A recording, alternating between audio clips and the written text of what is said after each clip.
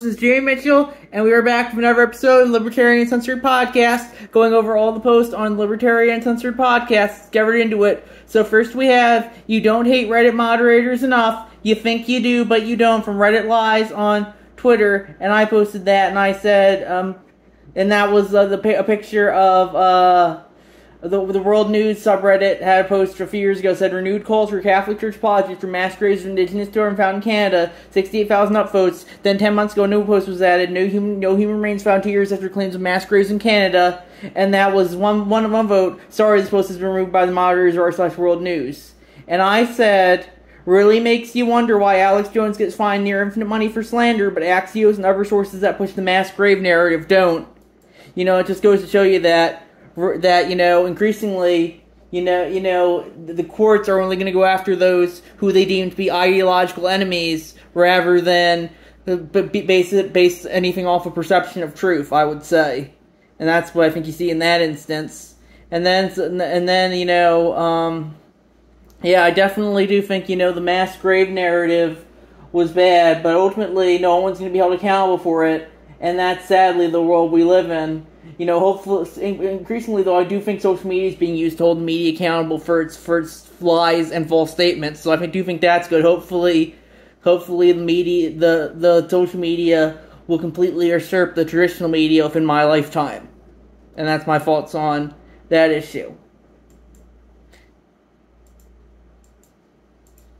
Then we have DJ Ivan passes the House and moves on to the Senate from DroneDJ.com by CH4Locks. And I don't really know too much about that, but I think, if you want to use your drone however you feel like, I think you should be able to do so. And that's my thoughts on that issue. If someone thinks it's on their property, though, or thinks they're being spied on, I think they have a right to justify shooting it down, though. And that's my thoughts there. Then we have Javier Milei's next move could make his presidency or break it, from Economist.com by Nuance Matters. And they shared some of the article from there. When Argentina's president, Javier Milei, donned his leather jacket and belted out rock songs to the stadium last month, he cut an eccentric figure. And when he insults his country's Congress, Inés Ferrets, the governor of Buenos Aires province, a communist dwarf, and Spain's prime minister, the laughingstock of Europe, he comes across as just another boorish populist. Both characterizations have a grain of truth. Even so, by most economic measures, Mr. Milei is beating expectations.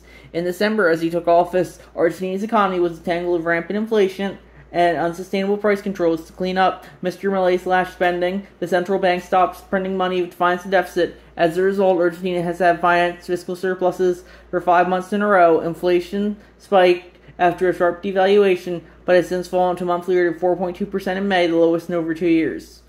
Mr. Milei's coalition had so few lawmakers in Congress that some analysts feared he might have pursued his agenda by sidelining Argentina's democratic institutions or working them. Instead, after Mr. Milei's administration negotiated with legislatures, the Senate passed 2 bills in Virginia to liberalize the economy, promote investment, and raise revenue. The lower house is expected to give its final approval soon. And they have some more paragraphs of the article. And yeah, my thoughts are, I couldn't respond to this one since they have me blocked, but I definitely do like what Milei is doing. He's showing that economic libertarianism works, and that's my thoughts on that issue. Then we have survey percentage of Americans unaffiliated with religion rises again, from Axios.com by CH4Locks. And I said why the state has become the church for a lot of people. Everyone has to believe in something, and increasingly, since an increasingly secular society, some people need to believe in something. And that's why I think you're seeing all these social justice movements pop up, and all stuff like, BLM and trans rights and all that. Increasingly that's the church of today's society, I would say, for at least for the secular people. And that's my thoughts on that issue. Then we have Texas grandmother jailed in alleged political retaliation was at Supreme Court, from FoxNews.com by Ninja Lover. And they added Sylvia Gonzalez and her attorneys are the nonprofit Institute for Justice, IJ, sued Castle Hills Mayor J.R. Trevino and other officials, alleging that they've allowed to remove her from office as retaliation for criticizing city manager, thereby violating her First Amendment's rights. And I think that's good. The Supreme Court's ruling was good there. And yeah, that's my thoughts there. You gotta support people's First Amendment rights to criticize whoever they feel like. And that's my thoughts on that issue. Then we have, after decades of lobbying by Christian conservative donors, school voucher legislation may finally have the votes from TexasTribune.org by Ninja Lover. And, yeah, I definitely do think that's good. I think school choice is very much the libertarian position, and that's my thoughts on that issue. You know, get rid of public schools, privatize education, and let the free market decide. And that's my thoughts there. Then we have Milley promises to quash corruption and shocks of his Supreme Court pick from APnews.com by McFool.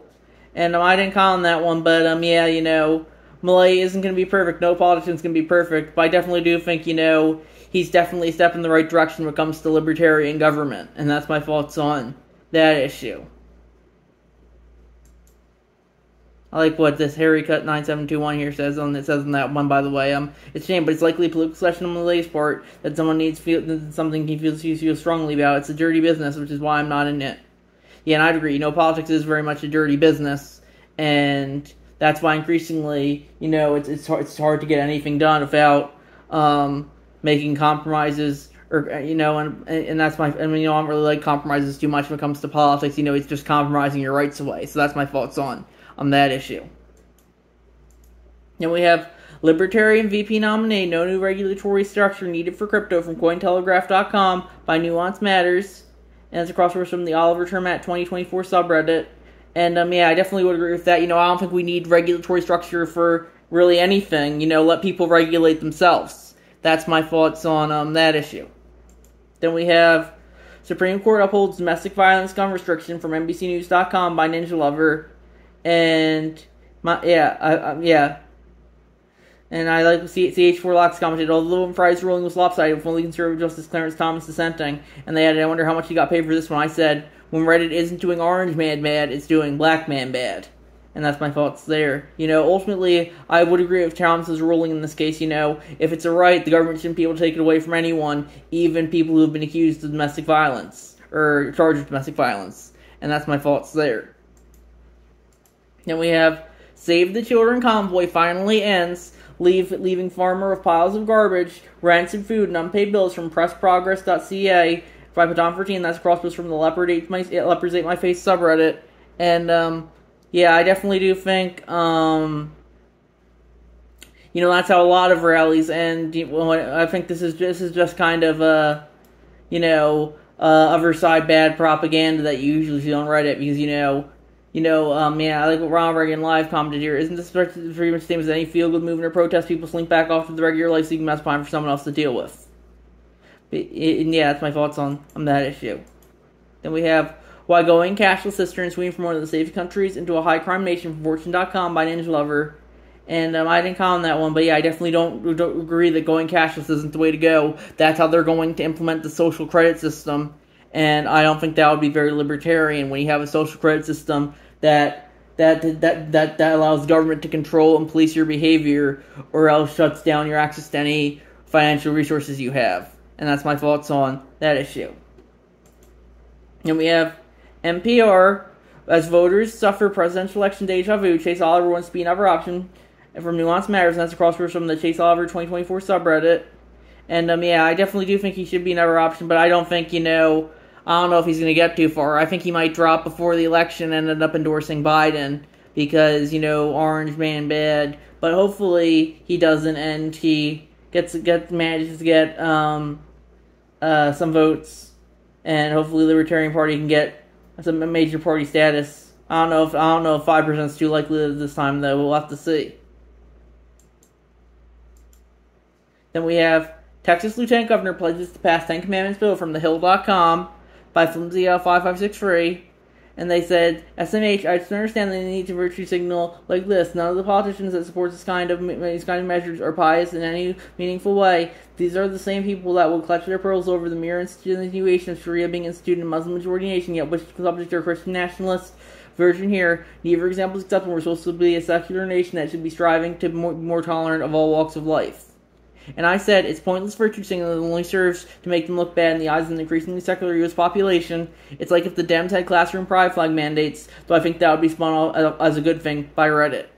You know, the point I'm making here is that conservative authoritarianism is going to be seen as a bad thing, while progressive authoritarianism is going to be seen as a good thing. And that's my thoughts on that issue.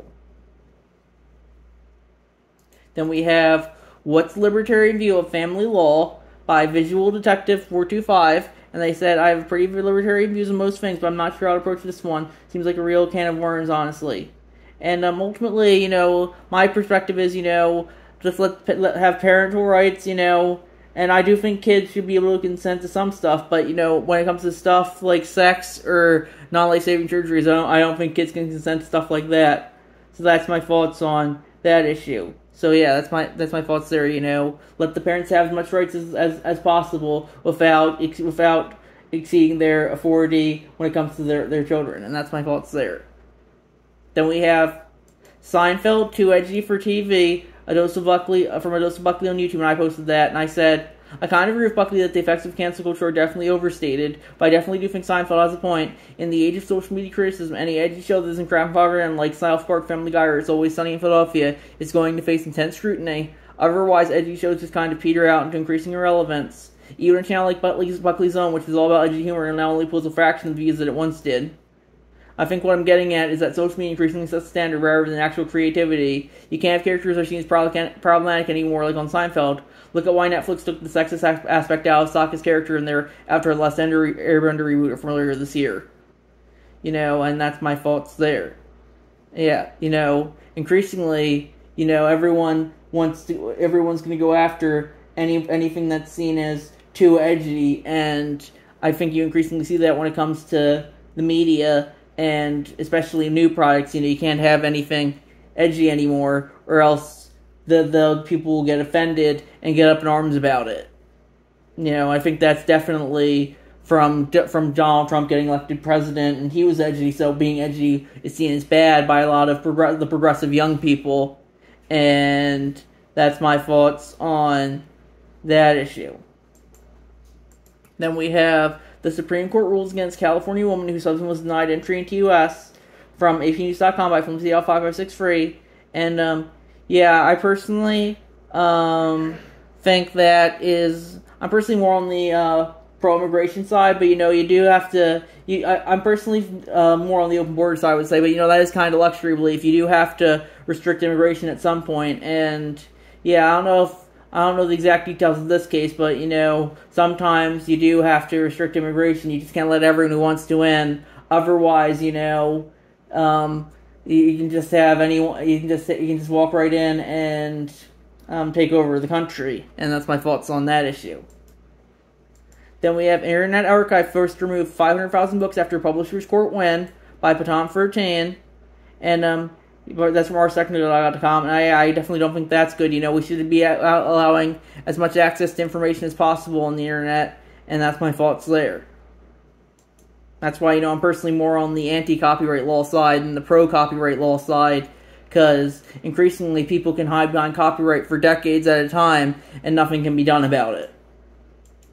Then we have Medicare for All would save the U.S. $5.1 trillion over 10 years from commondreams.com by knee concussions across from the Fluent and Finance subreddit, and I said, I quoted the first page of the Wikipedia page, Common Dreams News Center, often referred to simply as Common Dreams, is a 501c free non-profit based news website with a stated goal of serving the, and I bolded this word, progressive community. Common Dreams publishes news stories, editorials, and the newswire of current breaking news. And I added, I used to be for Medicare for All, and I'm not someone who's going to say there's going to be death penalties if it's implemented, but someone is going to have to pay for it. A big problem with the left is that they think they can just get anything for free.